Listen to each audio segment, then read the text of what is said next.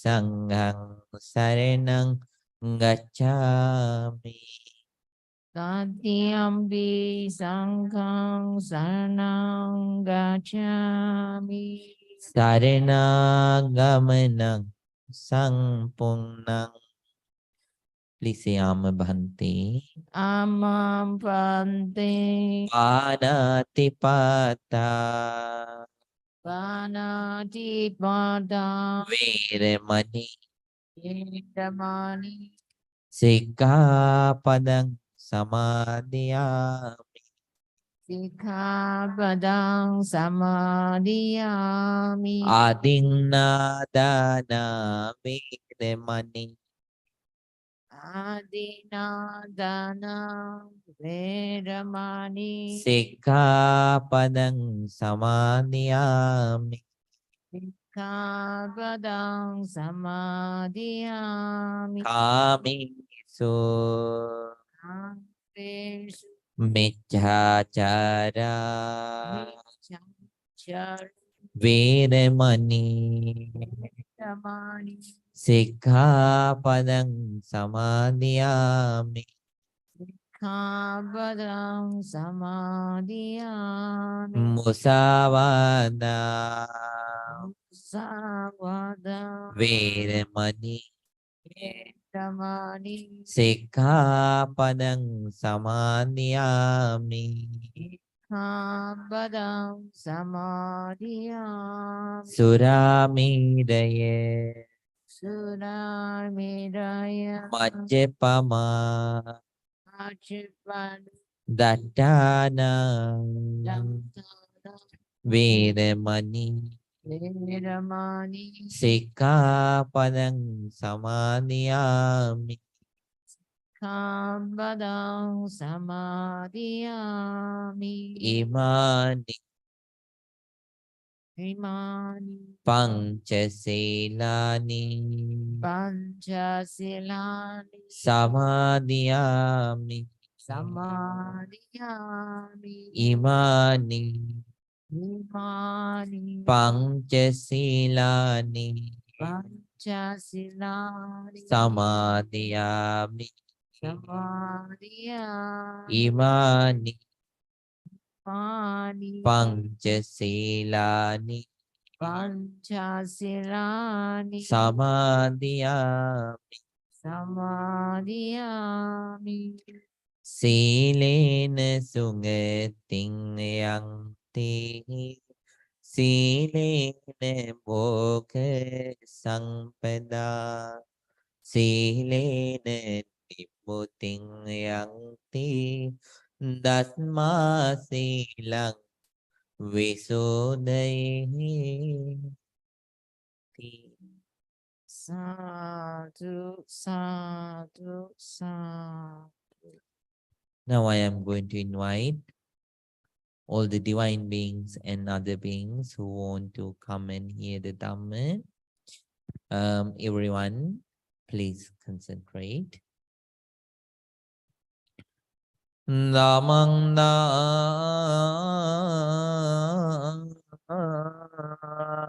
Nyang Kabali Do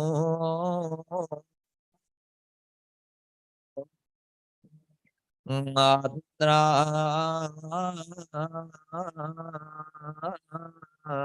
Gajang Tu Ne Mata Datang Mang Muni Rajate Do Nang Do Nang Mokadang Nang Matavengado Mayang Badang Ta Nang Matavengado Mayang Badang Ta Dadang Matavengado Ajang Badang Ta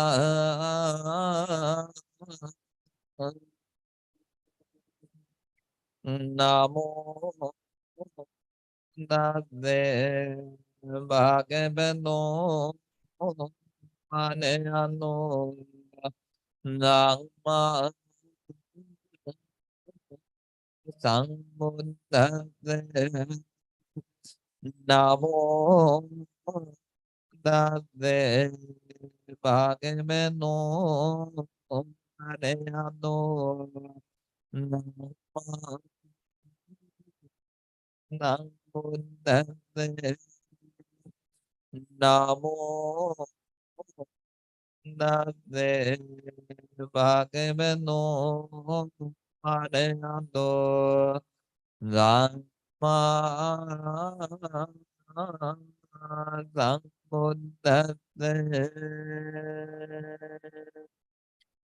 Mana la ne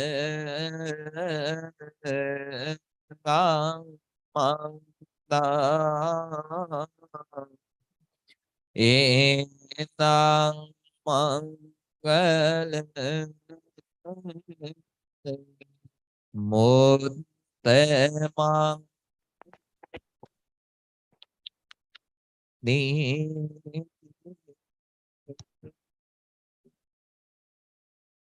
sadhu sadhu sadhu.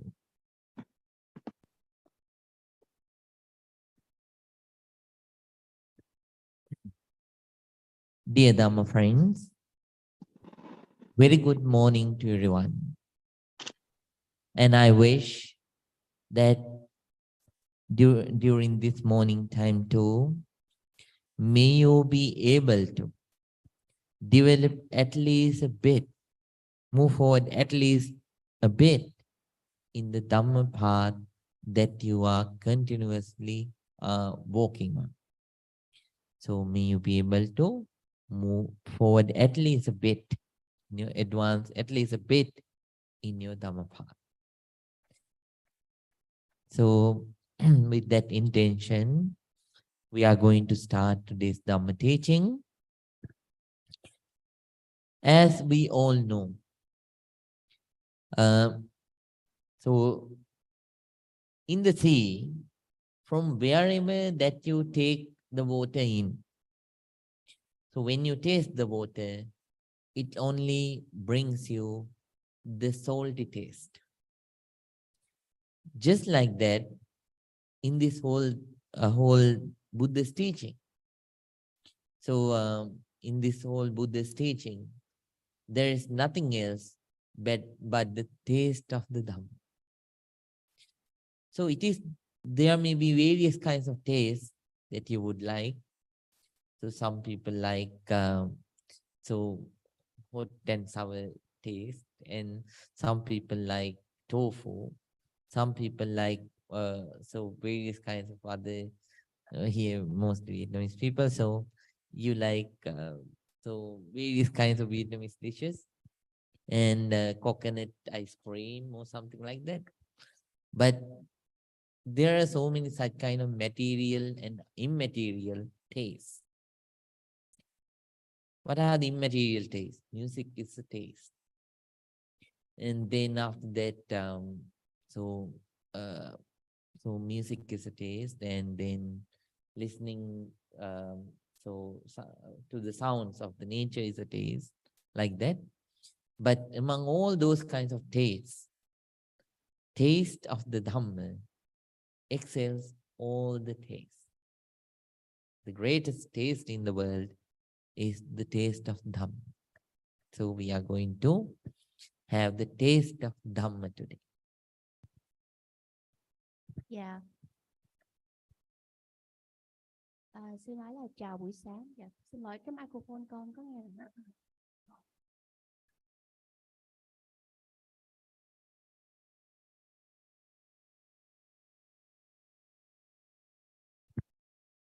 Dạ, sư nói là chào buổi sáng và sư chúc cho tất cả chúng ta có mặt ở đây buổi sáng hôm nay có thể vun bồi được một chút nào đó trên con đường mà mình vẫn đang tiếp tục trên con đường giáo pháp của mình.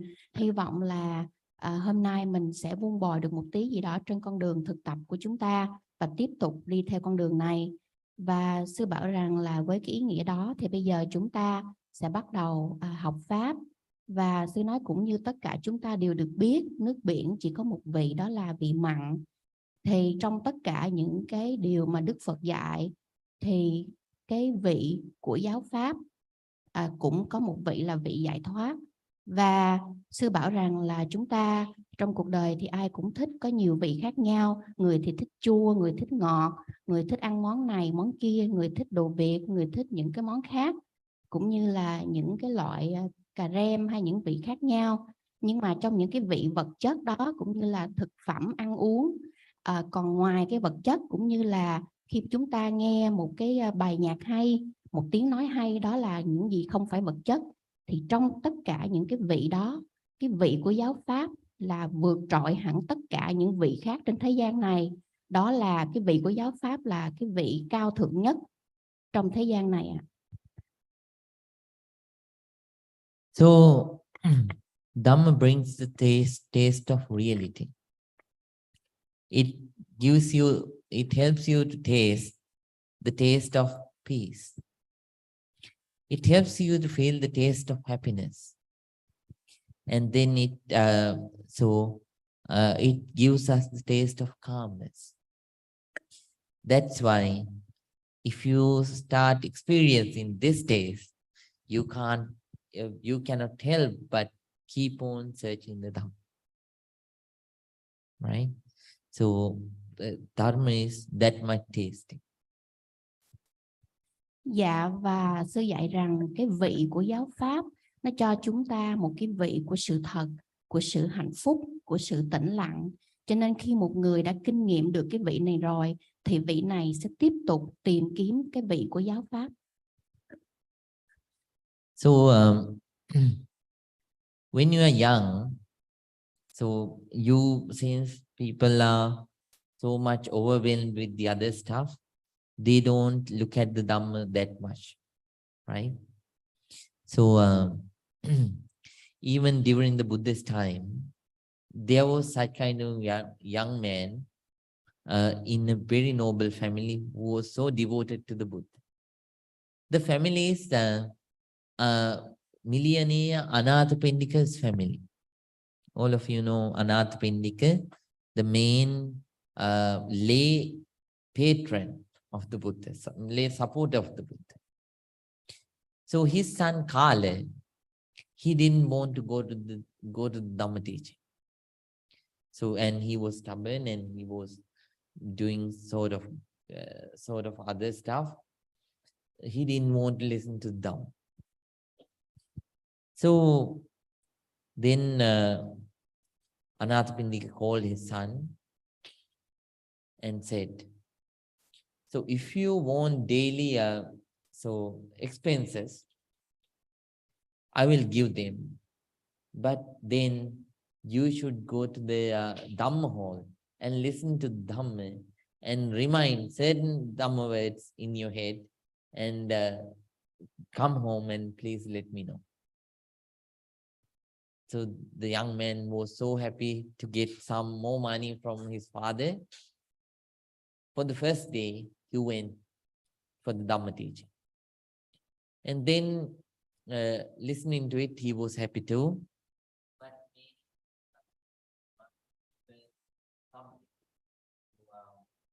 remember something out of Dhamma teaching. So he remembered something and told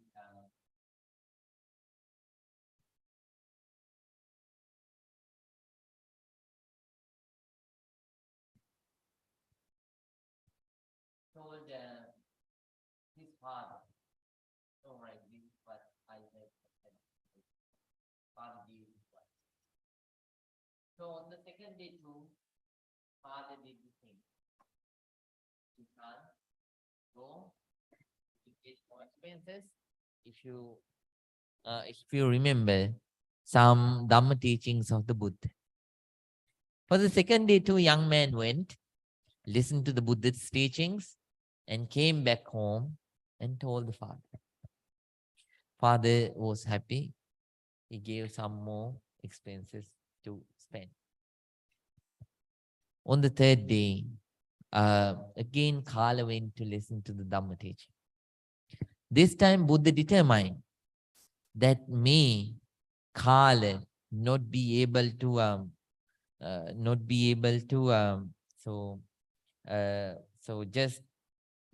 so let go of any Dhamma word, may he be able to listen to them very well. So with that intention, the Buddha kept on teaching.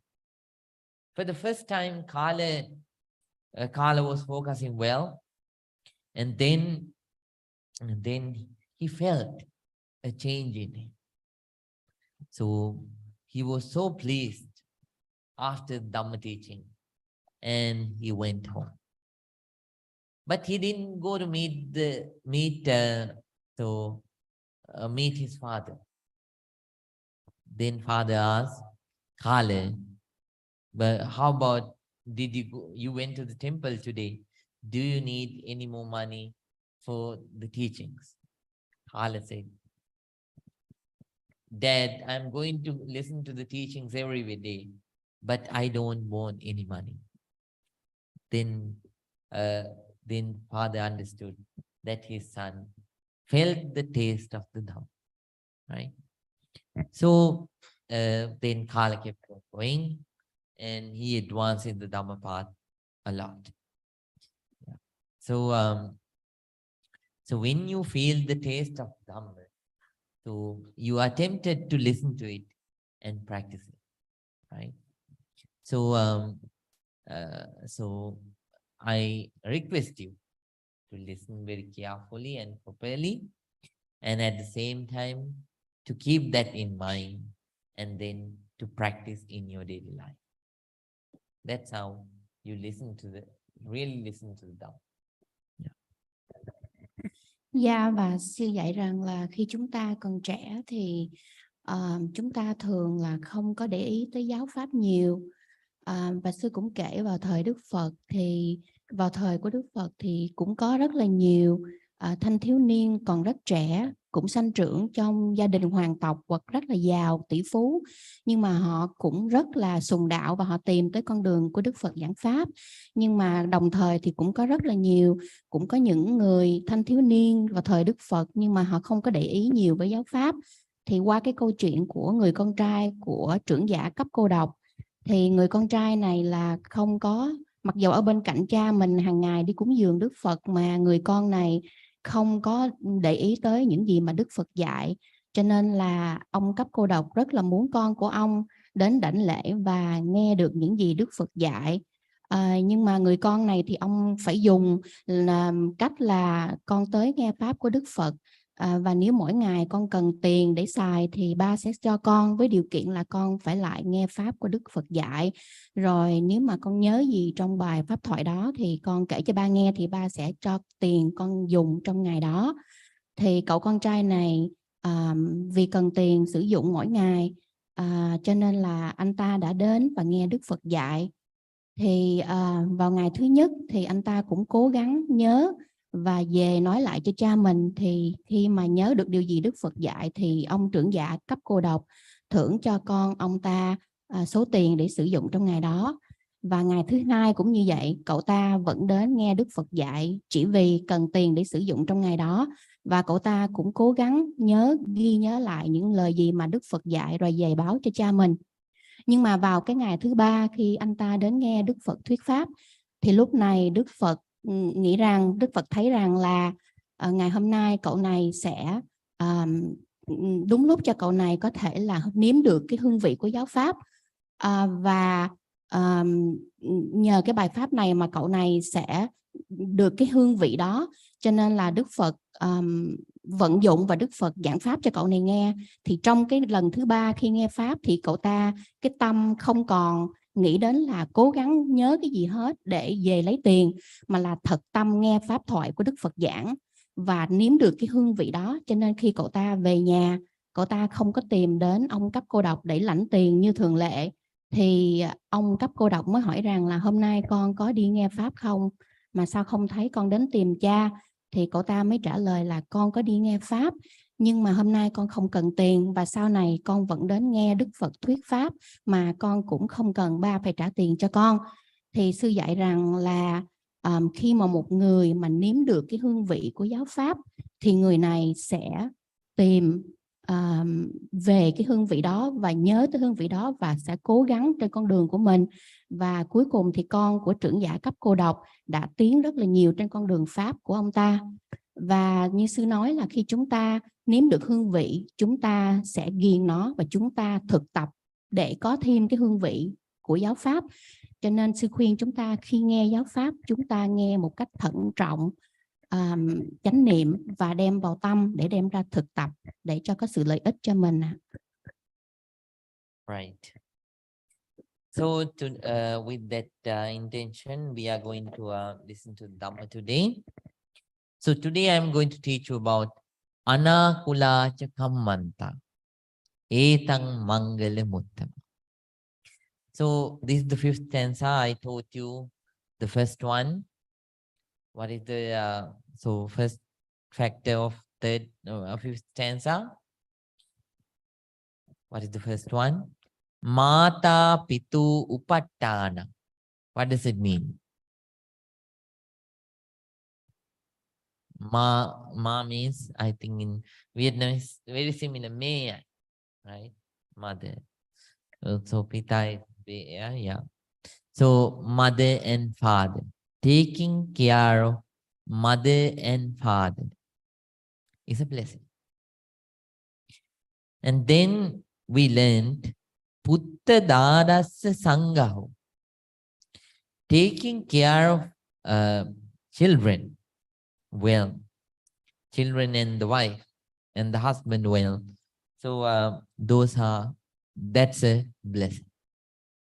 And today we are going to learn Anakulacha Kangmanta Etam Mangalamuttam.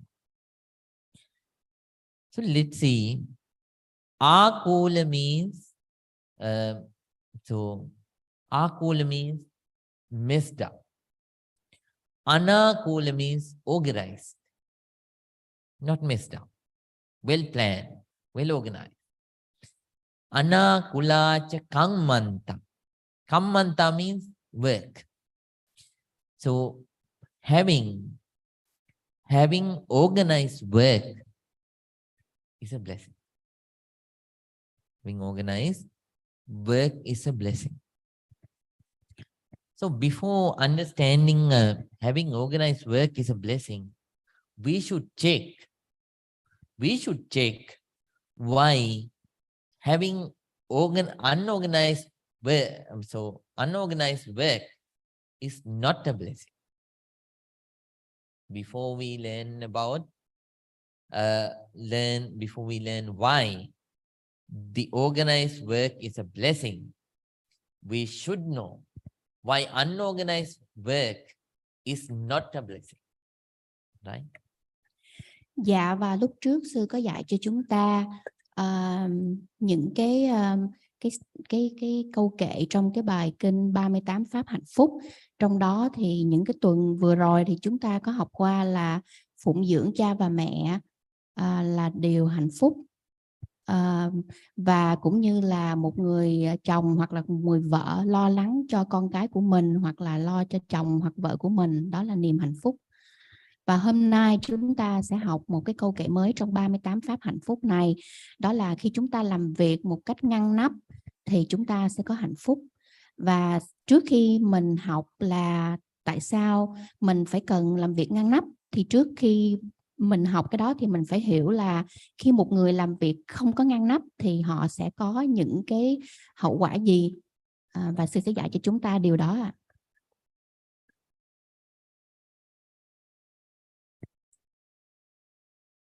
Yeah. So what is an unorganized work? We have to check. Number one, so it means a work which is not well planned. We have to do a lot of works in life. Number one, material work. So when you go to your job at your workplace, that's a material job, right? And then, so let's say you clean your home. That's also material job that you do at your place. And then there are so many other material things that we do, which is related to the mundane world. And then, so there are works which are related to supramundane world. That means, which is not related to the general lay life, which is related to the spiritual life.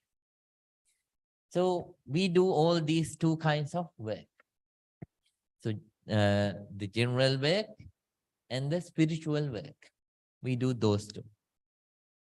Any of them, if you are not doing them organizedly, then you are not going to gain success, right? So you always should have a plan. If you don't have a plan, then that's an unorganized way, right? That's number one. Number two, if someone exceeds the time, so there is, thank you. If someone exceeds the time, so to do anything, there is a time. When you exceed the time, then the value of that work goes down. For an example, if you are a businessman, so nowadays, so we have drop shipping, right? Drop shipping. So what you do is you select one certain kind of trending item and you put it on Amazon, and then you give a price tag which is lower to the others. Then people keep on buying your one too. So let's say masks. So do we have the same demand that that they had during the Corona period, Corona time? It was a very good time to trade masks, right? Sanitizer, very good market, right? So somebody says, so someone who does that business thinks, right, I will do it later on and later on and later on. And if that person starts now, will that person be able to gain the same profits just like during the Corona time? That person cannot. So if you exceed the time, the momentum, you are gone. Your business is gone. So always there is a momentum. So you should not exceed the time. So you have to be relevant, right?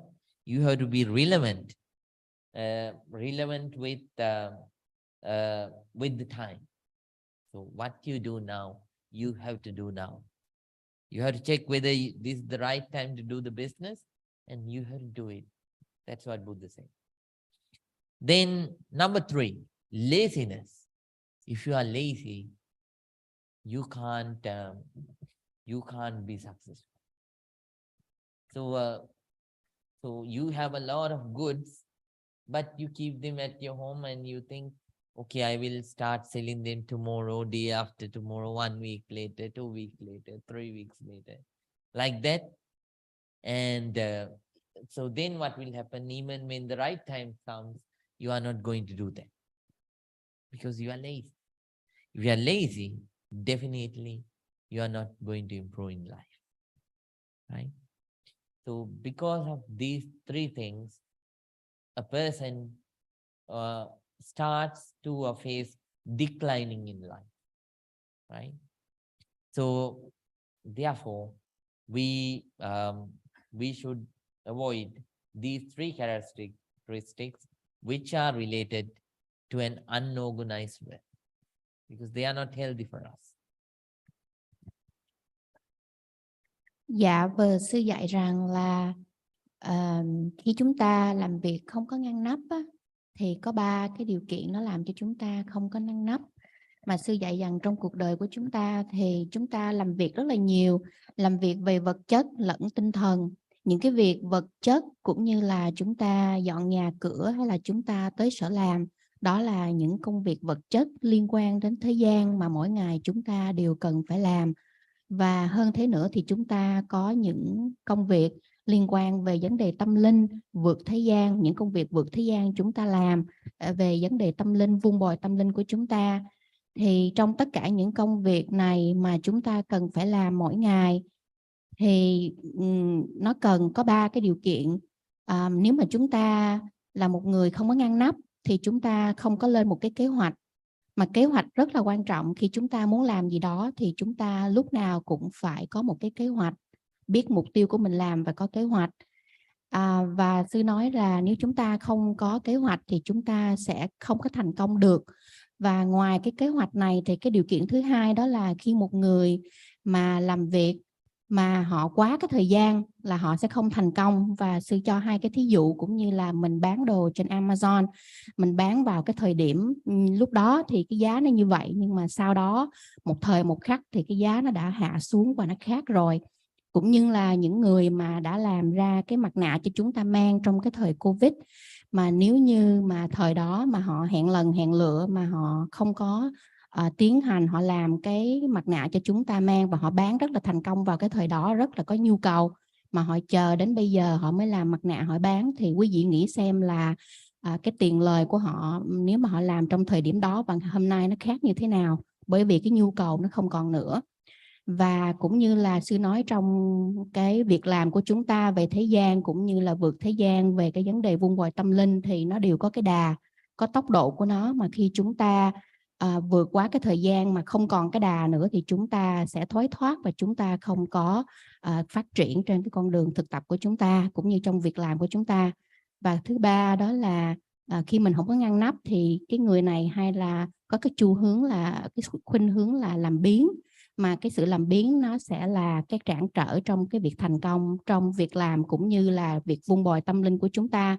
Vì chúng ta hay hẹn lần hẹn lựa là để hôm nay ngày mai tôi làm hoặc là ngày mốt, nhưng mà khi mà một điều kiện nó tới, dầu có thích hợp thời hợp lý, nhưng mà chúng ta cứ hẹn lần hẹn lựa thì chúng ta sẽ không bao giờ thành công được.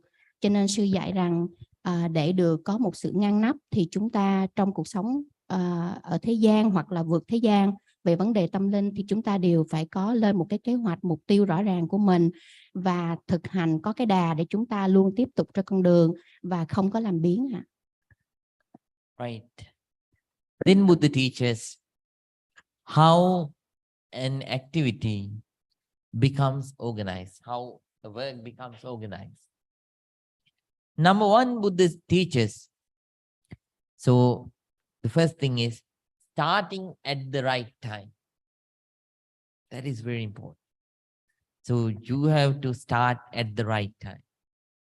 So for each and every activity has a time, right? So you can't pile up a lot of things so that you cannot manage all of them.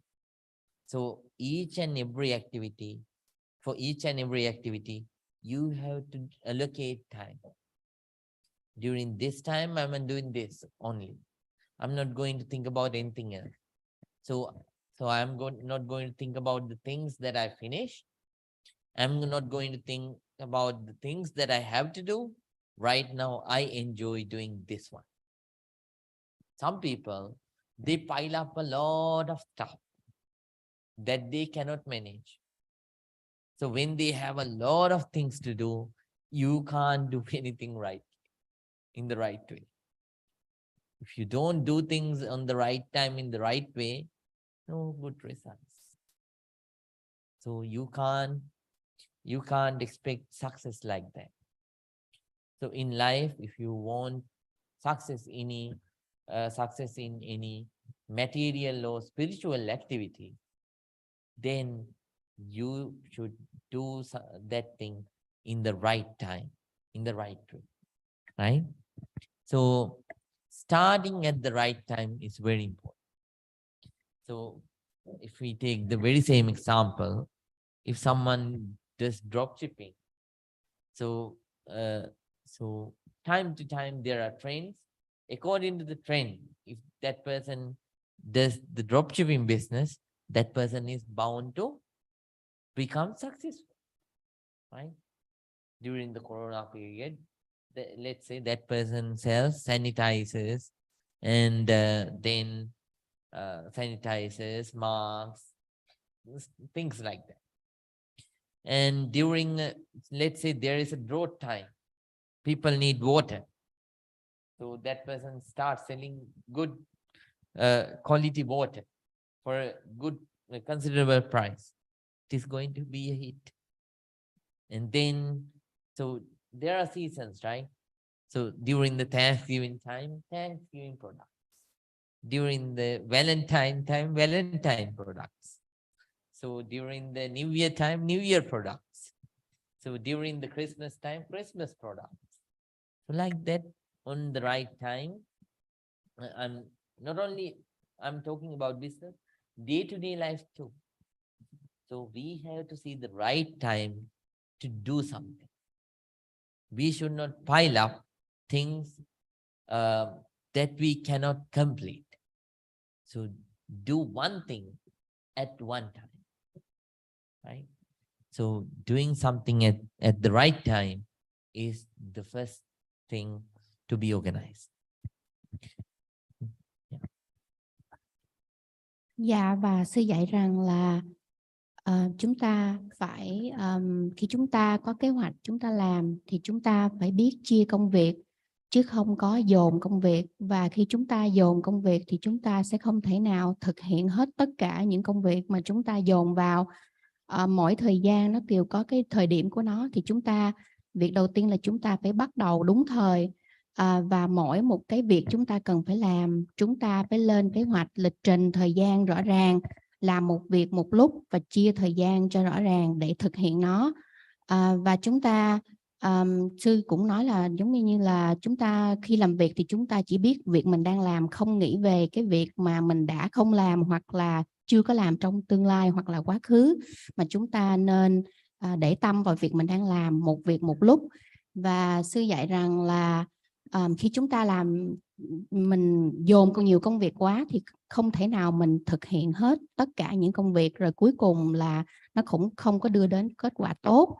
Và sư nói cũng trong việc mà chúng ta làm việc hàng ngày trong đời sống thế gian và ngay cả trong việc tâm linh của chúng ta, thì chúng ta phải biết cách sử dụng thời gian cho đúng thời đúng lúc.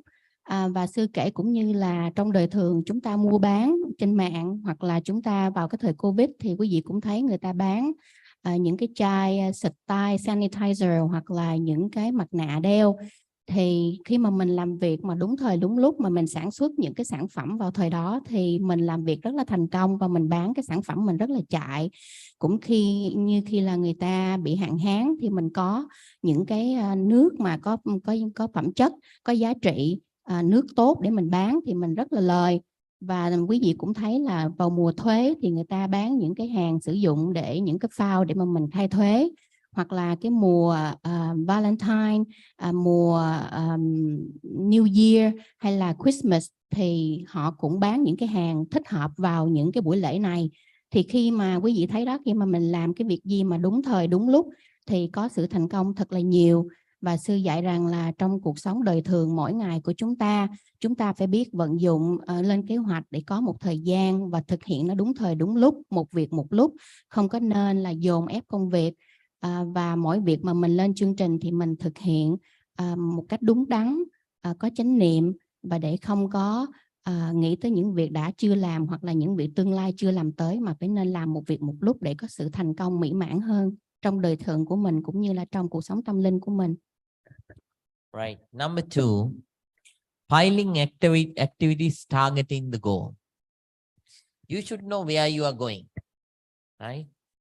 And so whenever you have a target, your actions daily should go directly to that target. So if you allocate too much time for the other stuff, you are not going to become successful. So everything Whenever you want to do something, you you had to pile up all your activities. So according to that target, let's say there is a student who wants to be someone. So all the entertainment stuff and all the other kinds of stuff should be limited. Main time, all the activities, main major amount of time that person does have should be allocated for educational study, writing, reading, for all those things. So that student has to allocate more time than the other things. So you have to pile up everything targeting that particular goal. Let's say someone says, I want to become at least the first, I want to attain at least the first stage of enlightenment. But that person, so in the morning that person thinks, in the evening that person thinks, but never practices. So will that person be able to achieve that? That person is not going to achieve anything. So we have to practice. We have to practice. All the other times when we are not doing the sitting practice, we have to be mindful, right? And we should practice alertness. We have to practice attention. We have to practice focus. We have to practice wisdom, right? Seeing things with wisdom. So, so like that. So that person has to develop those qualities. If not, that person is not going to become successful. There's a nice Sanskrit stanza, so which was written long time ago. Udyoginang Purusha Singha Mupaiti Lakshmir Daivena Deyamitika Purusha Vadanti Daivang Nihatya Kuru Paurusha Matma Shaktya Yatne Krute Yadina Siddhati Kotra Dosha. Do you believe in horoscope? If you believe, I don't judge. You can hands up.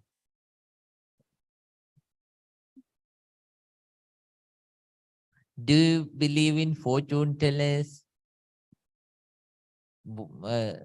Observing the hand, observing the forehead, right? Features. Okay, who don't believe? Can I see who don't believe in those things? Dạ, sư hỏi rằng là có ai không có tin vào những cái mê tín coi bói ạ? Dạ, sư muốn mình giơ tay lên. Hum, Không tin. vắng or hum? Hum, okay. Right hands down. Okay. Then I should, so if there is a fortune teller close by, I should ask who did come to meet you secretly or not. Right, somehow. Yeah. So in this tense it says, so such kind of fortune teller or horoscope reader says, right, this time will be a very lucky time for you. And you are going to get a lot of wealth. You are going to be super famous and prosperous. Then what that person does is goes home and sleeps, thinking every day, oh, wonderful. That person said, I'm going to be very rich, super rich. So I don't have to work. Let me sleep. So for such kind of person, no luck will come. So they call the luck goddess Lakshmi. Lakshmi won't come to visit that person. So Daivang Nihatya Kuru Paurusha Matma Shaktya. That means to leave aside. So there is another person who is called as a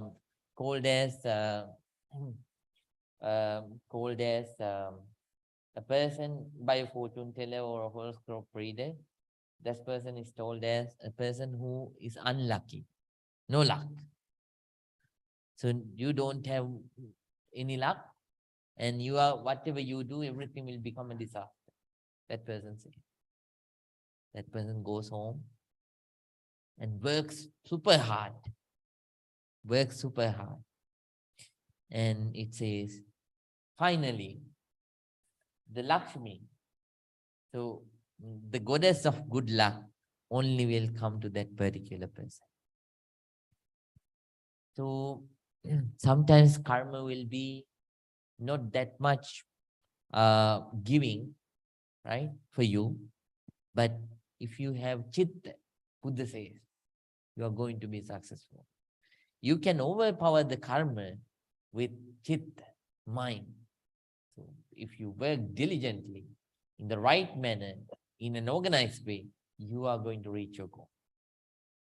But make sure that you pile up all your activities accordingly to reach the goal. If not, you are going to get it.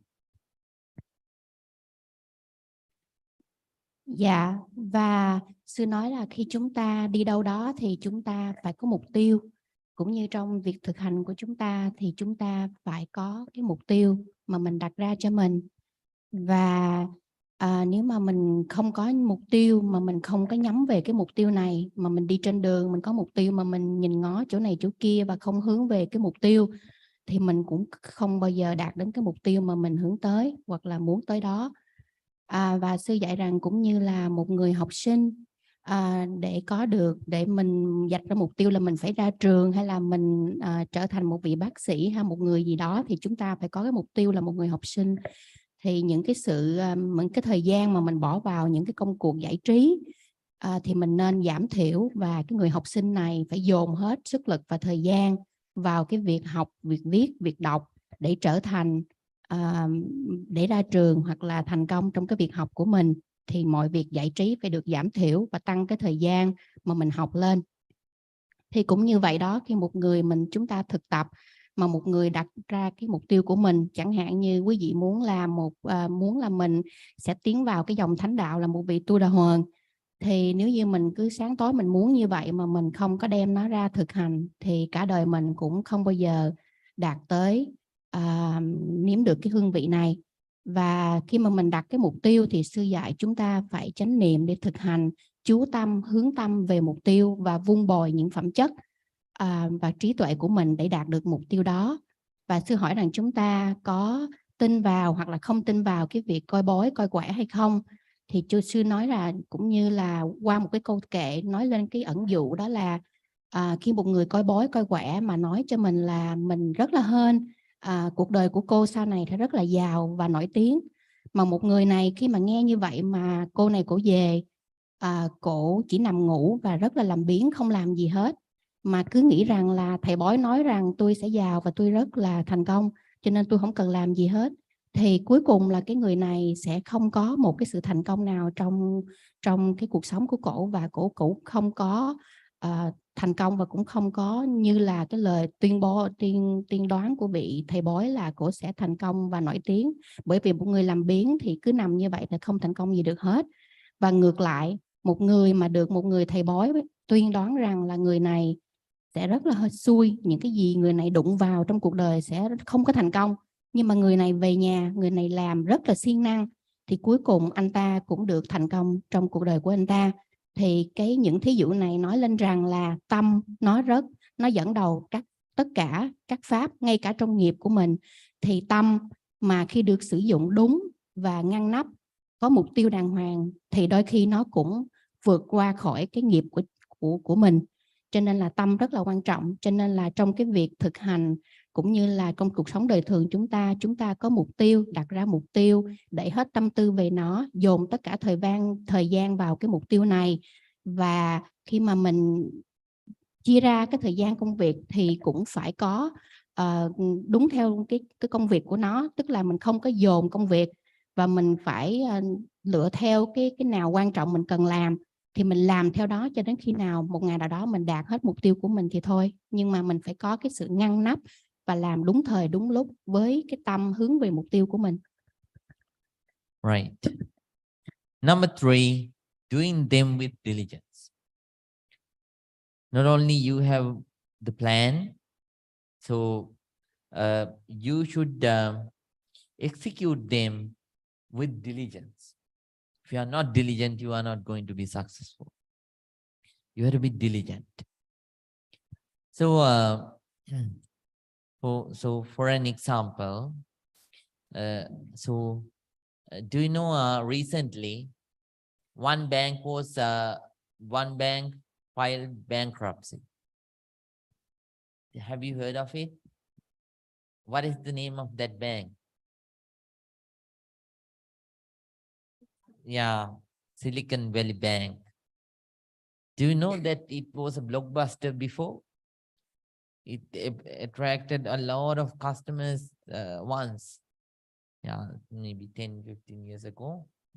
So until then, it was even though it was a good Californian bank, right?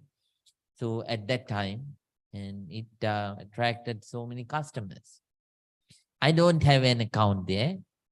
So somehow, it attracted a lot of customers, and they were giving a lot of interest for the money that you deposit in that bank.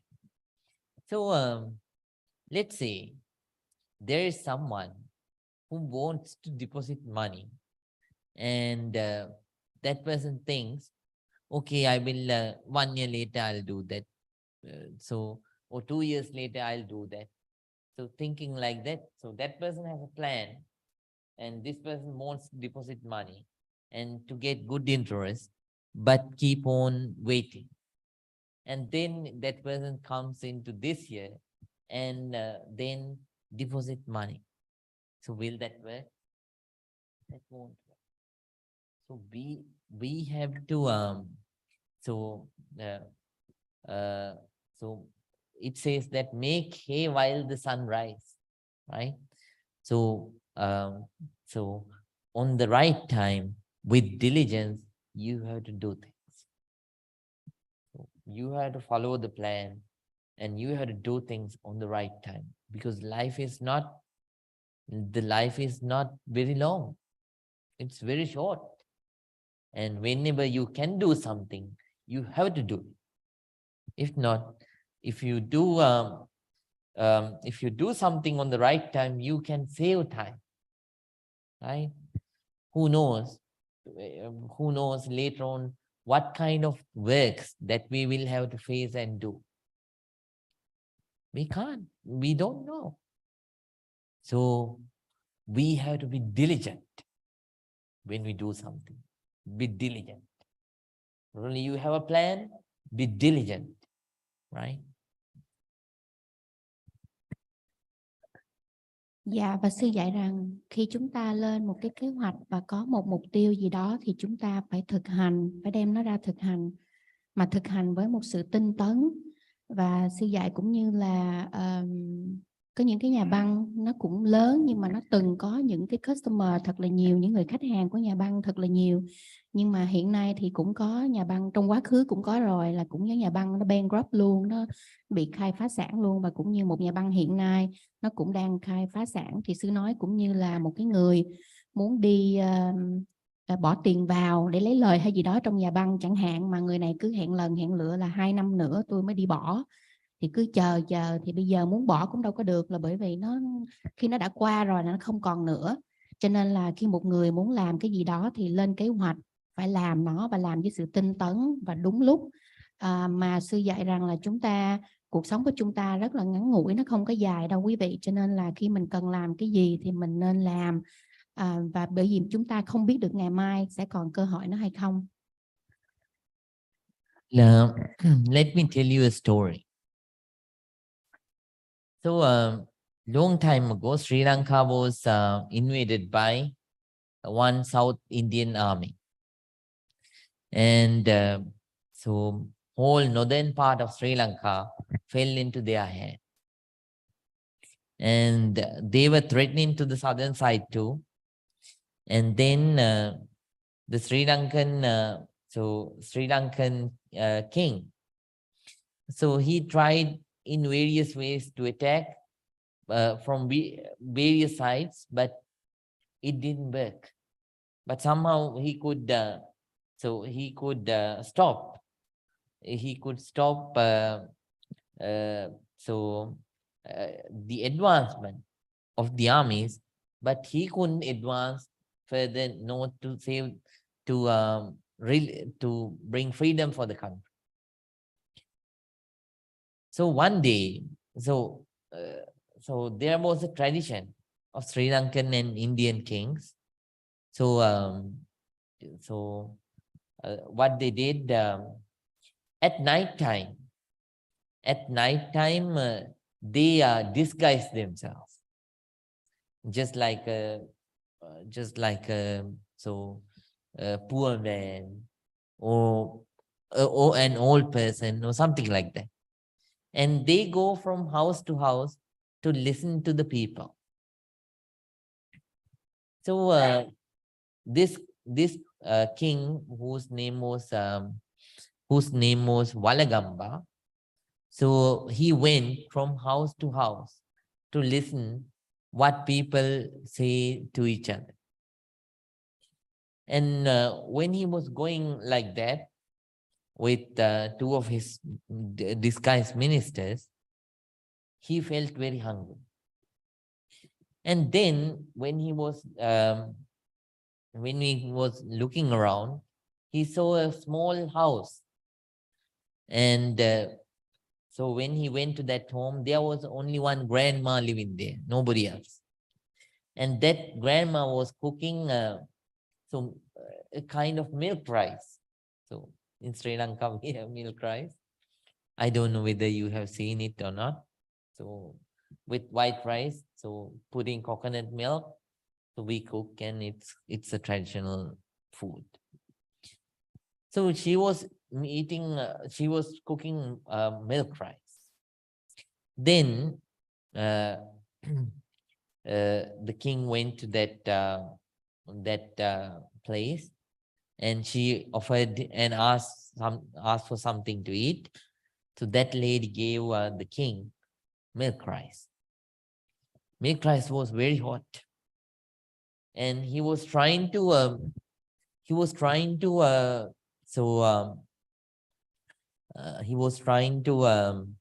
eat the milk rice from various sides, but each and every side was very hot. So he touched, and he takes his hand out, and then he touched from another side, and it burns, and then he takes his hand out.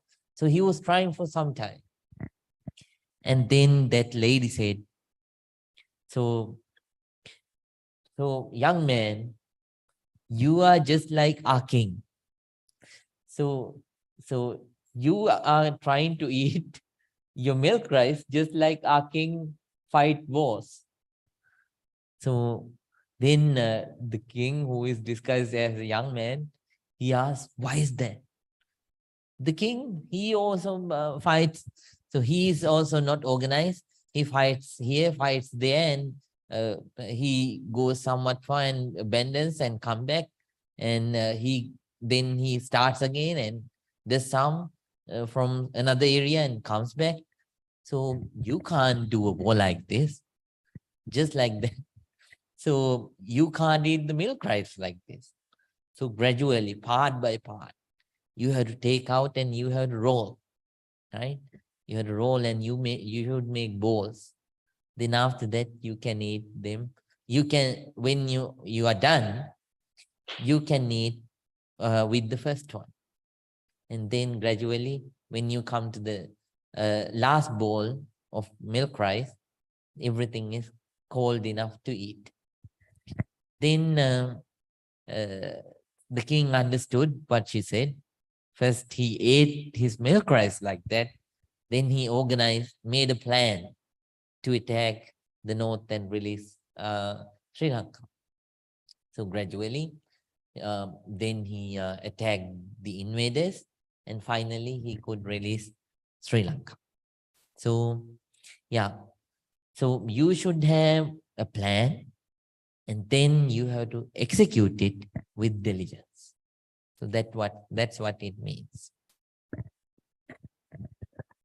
Dạ, và sư kể câu chuyện vào cái thời đó thì ở bên Tích Lan có một khoảng thời gian vào thời đó thì cũng bị là Ấn Độ xâm chiếm một cái phần của Tích Lan, và cái vị vua vào thời đó thì là ông chỉ có thể giữ vững được cái miền Bắc của Tích Lan, mặc dầu là ông ta rất là cố gắng để tiến thêm về hướng Nam để mà bảo vệ hết cái bờ cõi của Tích Lan, nhưng mà không có làm được, cho nên ông chỉ giữ vững được là cái miền Bắc của Tích Lan không có bị xâm chiếm.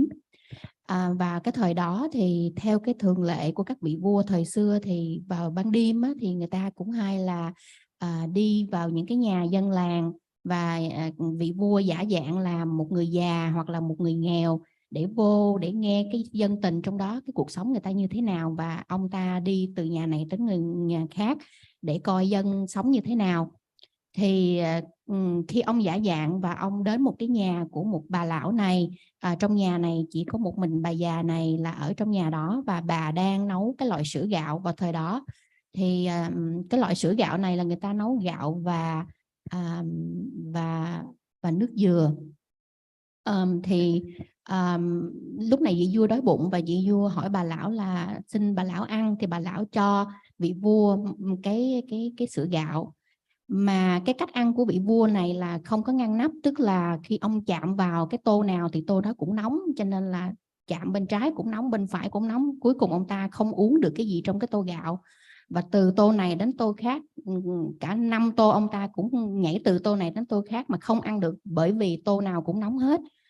Thì là khi bà lão bà nói rằng là ông không thể làm như vậy được, cái cách ăn cái gạo sữa này tức là mình cũng phải có kế hoạch, là mình muốn ăn như thế nào thì cái cách ăn là mình ăn từ từ, mình ăn từ bên này qua bên kia, mình húp từ từ.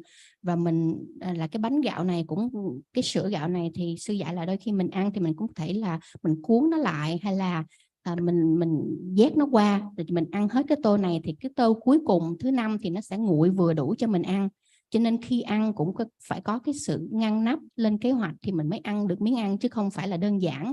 Thì qua cái sự mà cái bà lão này chia sẻ với ông về cái cách ăn cái sữa gạo, thì vị vua này mới biết rằng là khi mà cái sự ông cả nhiều năm ông không có chiếm được cái lãnh thổ của mình lại từ bên phía giặc, thì sau khi ăn sữa gạo thì ông hiểu rằng là ông phải lên chương trình, rồi ông phải đánh từ từ, chứ không thể nào mà ông vừa chụp cái này bắt cái kia rồi tiến quân từ 2 phía tới 5 phía được, mà là phải là có mục tiêu, kế hoạch và dùng cái trí tuệ của mình để mà từ từ, mà cuối cùng ông ta cũng thành công trong cái việc chiếm lại cái lãnh thổ của mình qua cái câu chuyện mà lúc đó ông ta học được từ cái cách ăn bánh sữa, ăn cái sữa gạo của bà lão dạy cho ông. Right. Then there are 4 things that can bring you downfall, and that there are 4 addictions that can make your work unorganized. These things, these 4 kinds of addictions, they directly influence you and mess you up if you have these 4 addictions. Let's see what are those 4 addictions. So then addiction to play games. So the addiction to play games means, so there are people who like to play games a lot.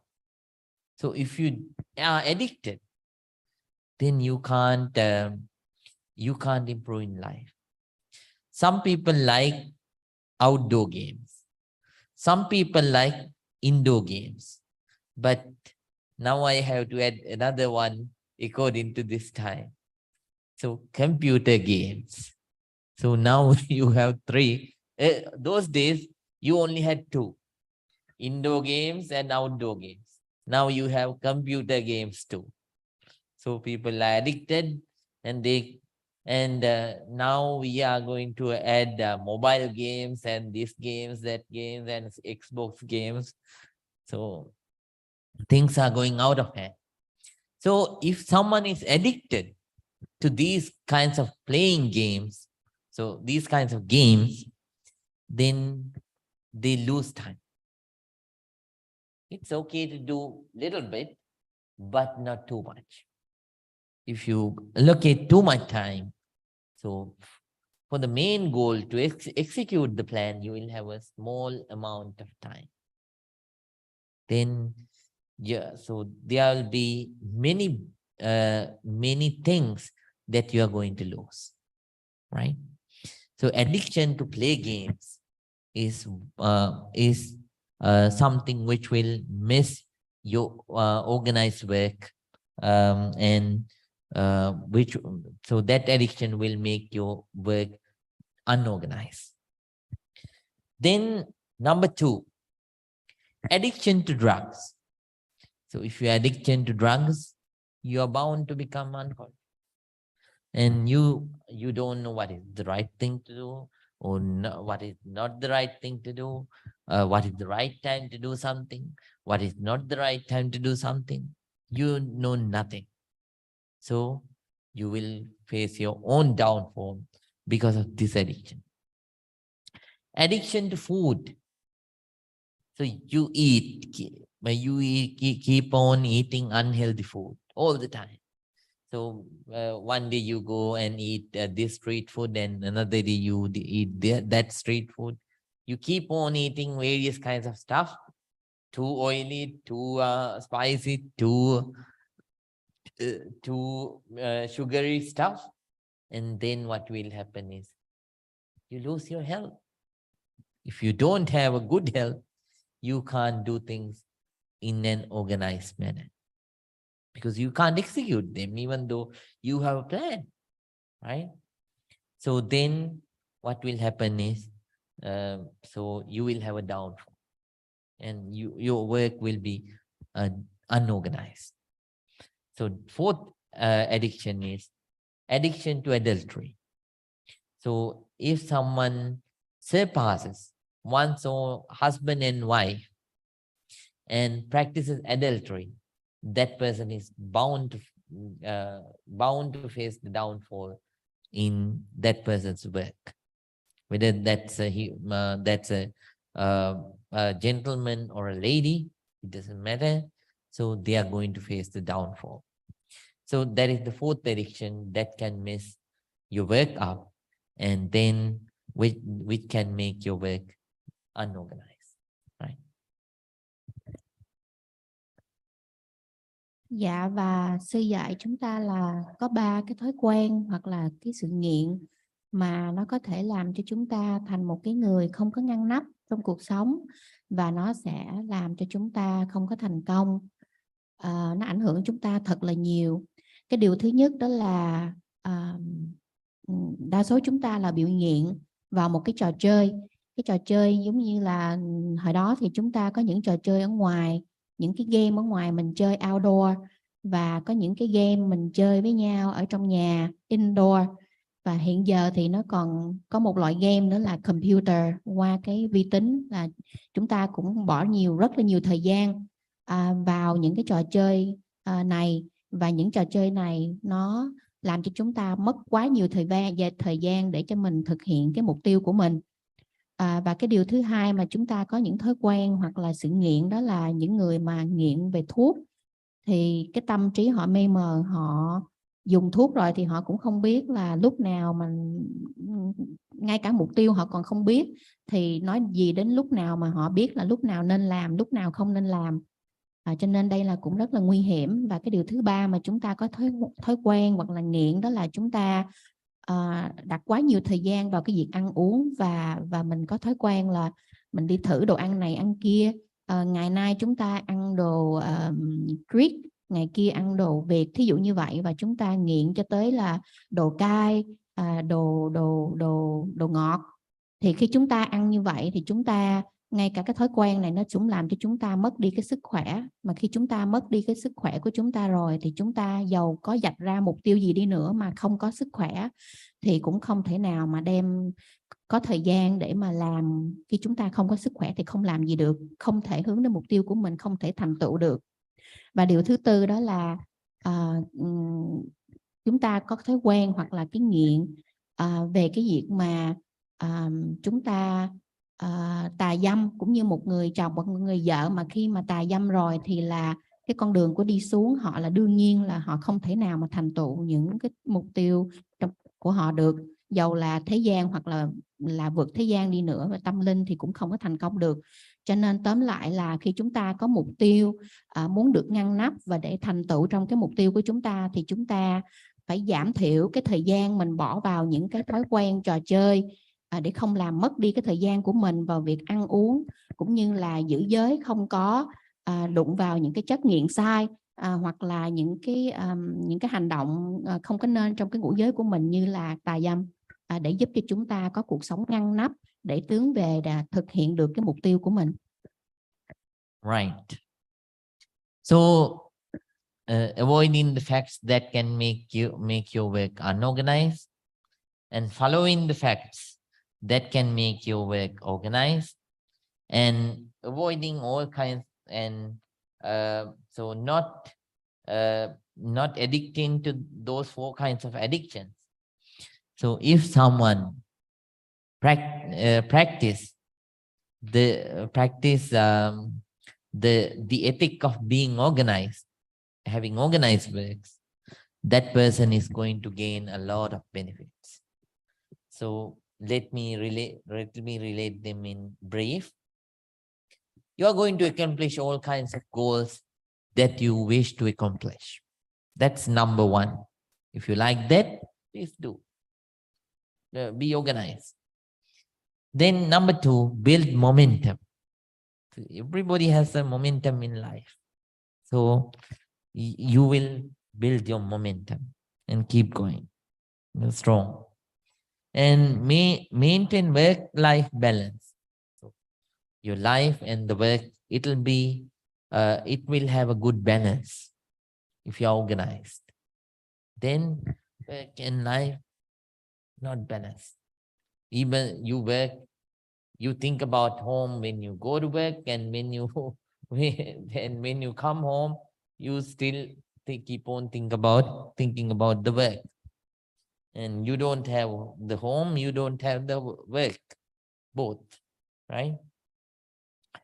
So then it boosts your productivity.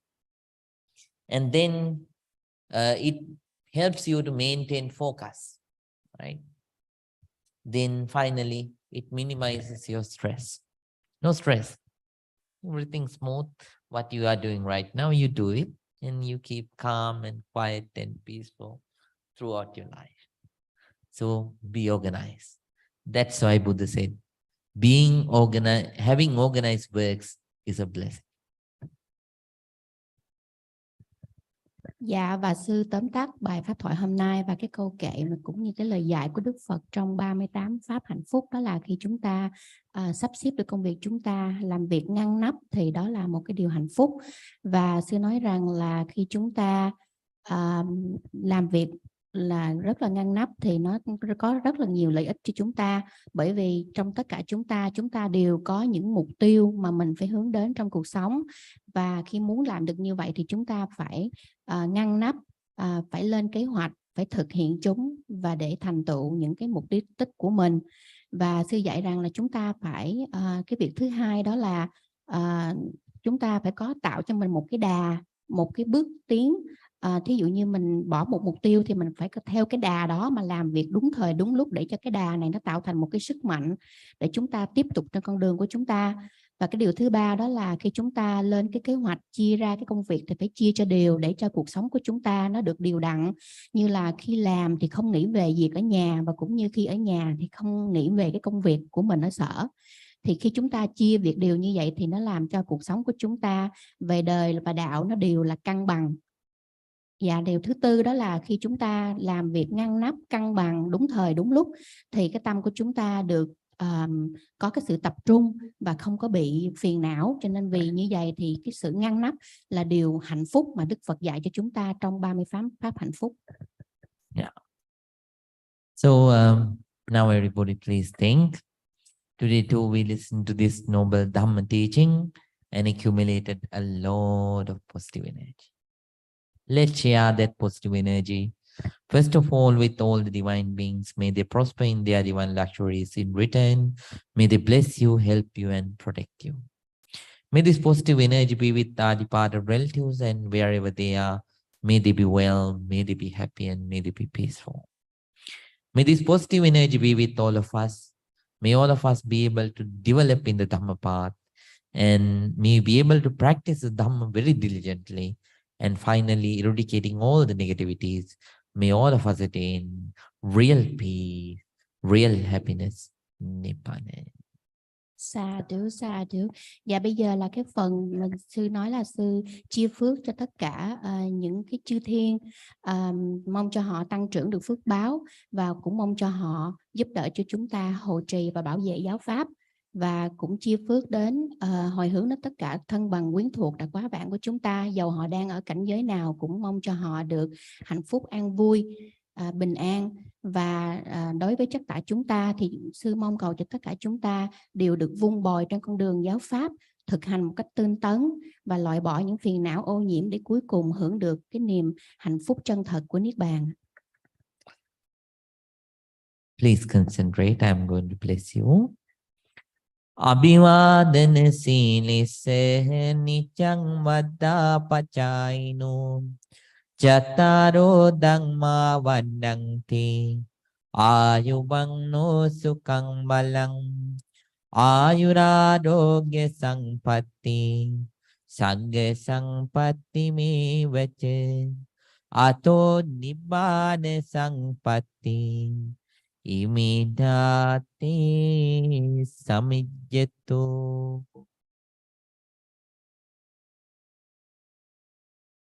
May you all be well. May you all be happy. May you all be very peaceful. Sukhi hoto. Sukhi hoto. Sukhi hoto.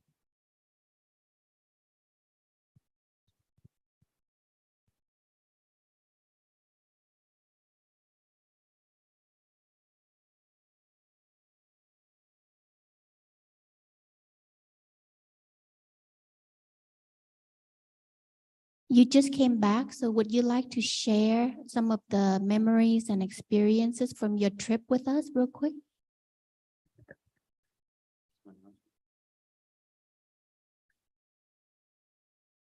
So many experiences, almost in 2 days. So,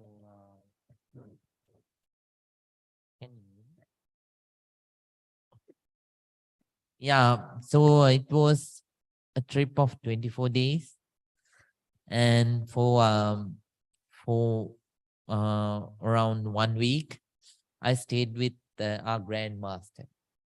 So my master's master. So I grew up with him. So we all ordained under him. So it is the tradition. So whenever we go, we stay with him. So I had a very great time. So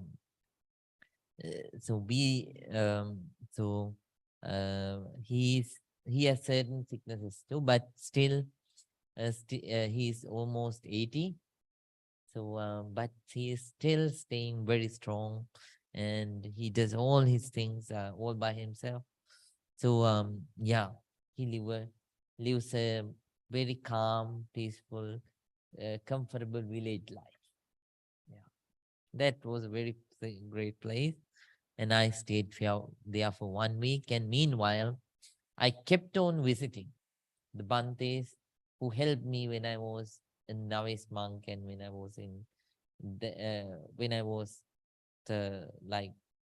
young. So at that time, many old Bantes helped me. Now they are very old. Some of them cannot see, some of them cannot hear, but still, and some of them have various kinds of difficult sicknesses. I kept on visiting them, and they were so happy to see me. And then second week, I went to my village. So my purpose was to arrange the dana for my sister, but there were so many danas. So one was for one of my grandpas. So we had the dana, And then there was the dana at my home for my past late sister. And then again, uh, then we had another dana ceremony at another place. So one of my cousin was going to marry, so for that too they had a dana. And then I went for a trip, 2-day trip. I took my parents and relatives, 105 people, for a pilgrimage, holy pilgrimage to Anuradhapura and Polonnaruwa. So I kept on describing the importance of the places, and I helped them to pay respect to those places. After the 2 days, I barely could speak because I was ordering and I was managing the people, and so I had an organized system of 10 people for 10 leaders, right? System, but it went well, but still I had to shout. So then after that, we visited those places and we paid respect, we meditated, we chanted in those places, and then came back and we started a project too. So that is a dental. I wanted to clean my teeth, and then then I was searching for a dental clinic. So in our area, we don't have a dental clinic. So the only one which we have, it's malfunctional. It's not functioning. So and to read that area, you have to go very far. And then I was disappointed. And then so I had to attend the program. So I went all the way 1 hour and 10 minutes. We had to drive, and then we went to a city and I claim. So in that city there was one facility, but the doctor has gone to Dubai. So there was only the dental assistant. So yeah, then finally so the dental assistant, he was someone who is known to my sister's son. So then they are friends. So because of their friendship, he came in the evening, so that I could clean my teeth. And when I went to the clinic, it was an all instrument. So they when they cleaned my teeth, it was so much aching, and still it takes sometimes. So meanwhile, I got to know that the hospital in my area, so they got so instruments which are helpful, so which we need to establish a dental clinic.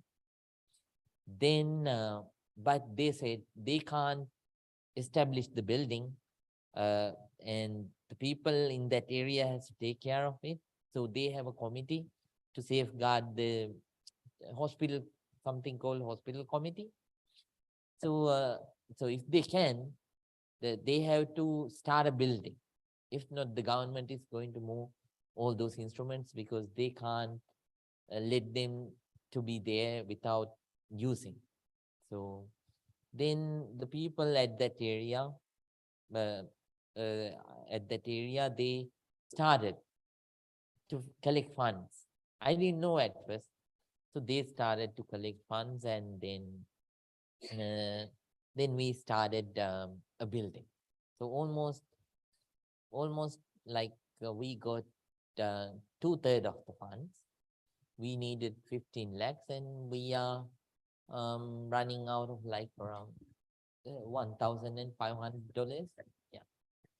So we started that one, and then after that, uh, then 2 days after the trip, then 2 days so we only did that activity, and I kept resting.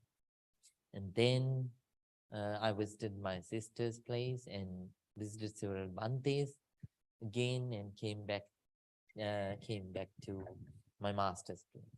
And then I went to Colombo, and then I met my classmates and gave a dana for them. And then I went to the Monk's High School, where I went as a student. So that thanks to them, you are learning all this down. Then I met my teachers, the other Bantes who helped me, and renewed my passport. And then after that, then what is the other special thing? All right. So again, many danas at various kinds of houses, and came back. So that's how everything went within those 24 days. And when I was coming back, I was so tired because there was no day that I didn't travel. Every day I was traveling. Dạ, thì sư có chia sẻ cái chuyến đi 24 ngày của sư về bổn xứ là Sri Lanka đó. Thì sư thăm lại những cái nơi chùa tổ, rồi sư làm một cái lễ kỷ niệm như đám giỗ vậy đó cho em của sư bị mất sớm. Rồi sư cúng dường, và sư có kể câu chuyện là sư đến cần đi làm răng, thì sư cái vùng của sư nó nghèo, nó không có cái chỗ làm răng, sẽ phải đi 1 tiếng đồng hồ đến cái chỗ làm răng. Mà đến đó rồi thì cũng không có nha sĩ nữa, để ông nha sĩ ông đi Dubai, thì sư phải nhờ cái người phụ tá đó làm. Về sư bị đau quá trời, thì sư mới trở về cái trú xứ lại. Thì cái chính phủ mới cho cái vùng đó những cái dụng cụ nha khoa và nha sĩ, nhưng mà cái vùng đó không có cái văn phòng nha sĩ, không có cái building để mà họ làm. Thì họ nói nếu mà cái vùng quý vị không có clinic á, chúng tôi sẽ lấy đồ lại bỏ qua cái vùng khác. Thì sư mới phát tâm xây dựng một cái văn phòng nha khoa ở cái vùng đó. Thì cái giá nó khoảng chừng 5.000 đồng, 5.000 đô bên Mỹ á. Thì sư đã quyên góp được 2/3 rồi. Thì bây giờ còn lại khoảng chừng 1.500. Thì cái câu chuyện này nói thêm là sư không có nói, mà cái này là con nói thêm là mình chỉ hỏi sư thôi, rồi sư chia sẻ với sư, không có ý gây quỹ gì ở đây hết á. Thì sư kể tiếp là sư về đó rồi làm phước, gặp những người bạn học, thầy học hồi trung học, và thăm và cúng dường. Thì sư cũng có dắt đi một cái nhóm của cái vùng đó đi hành hương, trong 2.000 đến cả 100 người vậy đó. Thì đó là cái sự chia sẻ của sư với cái chuyến đi của sư.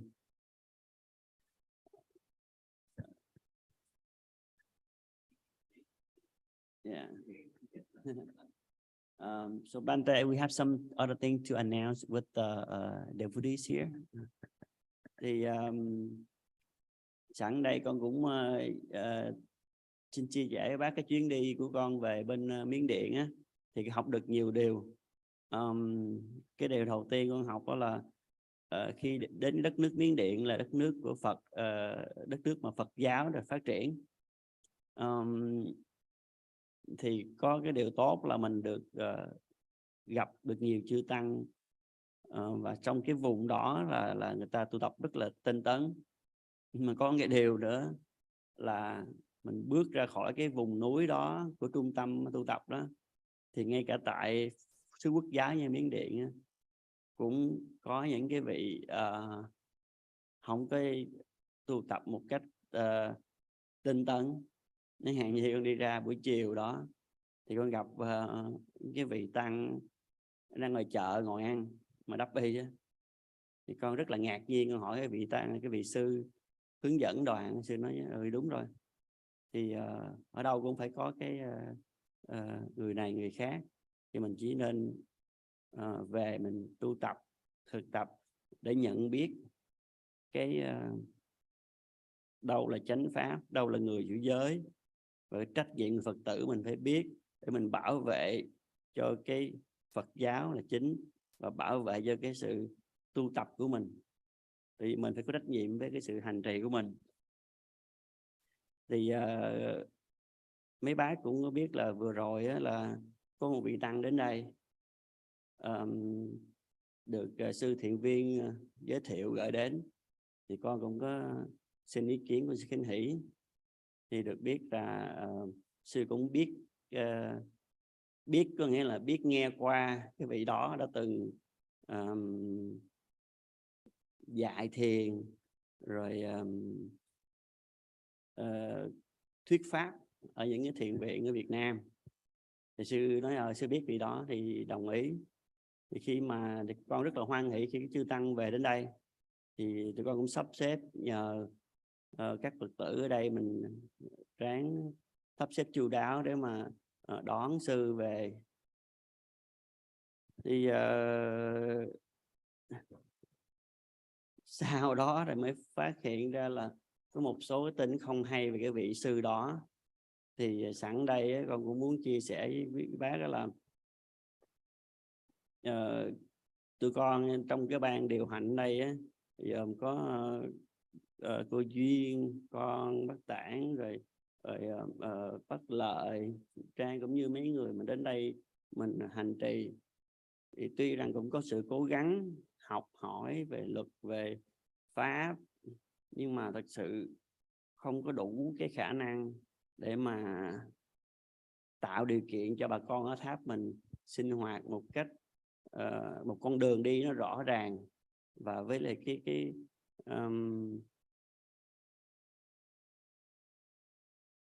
vừa rõ ràng mà vừa an toàn nữa. Tại vì Duy con nói với kinh nghiệm riêng của con đó là ngay cả tại xứ sở Miến Điện Phật giáo thì cũng phải có người này người khác, huống chi là những nơi như Đức Mỹ hay Việt Nam thì cũng sẽ có những đó, những cái người tu tập vừa đủ pháp học, pháp hành, hoặc là những người không có trọn vẹn trong cái vấn đề giới hạnh. Thì sẵn đây thì mới biết là trước cô dạy pháp cô rất là bận, cô hay đi hoàng pháp ở Việt Nam, rồi cô sức khỏe nữa, nên đến giờ này thì cô trở lại đây. Thì tụi con cũng mong là sư cô có cái dành thời gian cho tháp để hướng dẫn tụi con, chứ với cái kinh nghiệm như là pháp học pháp hành con không có đủ, thì đôi khi có những cái việc nó xảy ra hoặc là mời thỉnh chư tăng nó không có được khéo léo, rồi khi nó là hại mình nhiều hơn là có lợi.